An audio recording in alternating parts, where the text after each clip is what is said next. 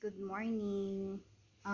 Today is December 19. So, kararating lang ng amo ko galing Japan.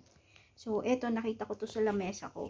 Hindi ko alam kung ibibigay niya sa akin to. Kasi, mostly, kapag nagbibigay sila ng something, nilalagay dito sa lamesa sa kusina. Pero, hindi ko pa rin siya kinukuha hanggat hindi niya sinasabing akin. Pero, mostly, pag mayroon siyang nilagay dito, ibig sabihin akin. Pero hindi ko ugaling kumuha nang hindi lumalabas sa bibig nila na sa akin talaga to. Ayan, shampoo yan guys, na galing sa Japan. Pero hindi ko muna siya kukunin. Kasi mas magandang marinig sa bibig nila na galing talaga sa kanila to. Kasi mahirap kumuha ng basta-basta na walang lumalabas sa bunganga nila, sa bibig nila.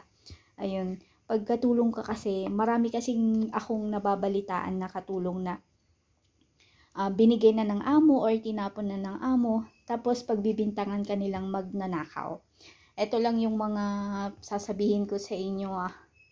Hintayin nyo na sa bibig nila nagmula na ibibigay nila sa inyo yung mga bagay-bagay. Kahit pagkain yan. Pagkain man yan, gamit or shampoo, hintayin nyo sa bibig nila magmula.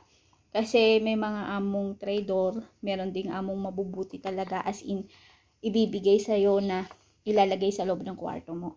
So, eto, nasa kusina siya. Pero mostly talaga, pag meron dito sa kusina para sa akin. Pero hindi ko pa rin siya kukunin kasi natatakot ako na magdampot. Basta-basta. Baka, mas maigi na yung maingat tayo. Kasi nakakahiya na yung ibang mga kapwa Pilipina na minsan nagnanakaw sila ng mga dilata, noodles para meron silang ipabox. Merong nagnanakaw din ng detergent. So yun. So kailangan natin anuhin yung tiwala ng ibang lahi.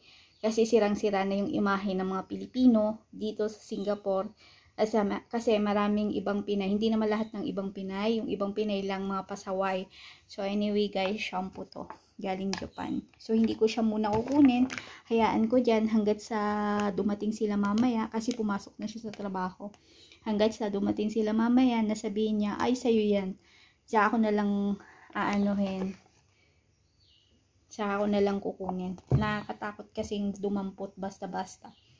Kasi ganun ako, hindi ko dinadampot hanggat wala silang sinasabi. So anyway guys, bye-bye and God bless.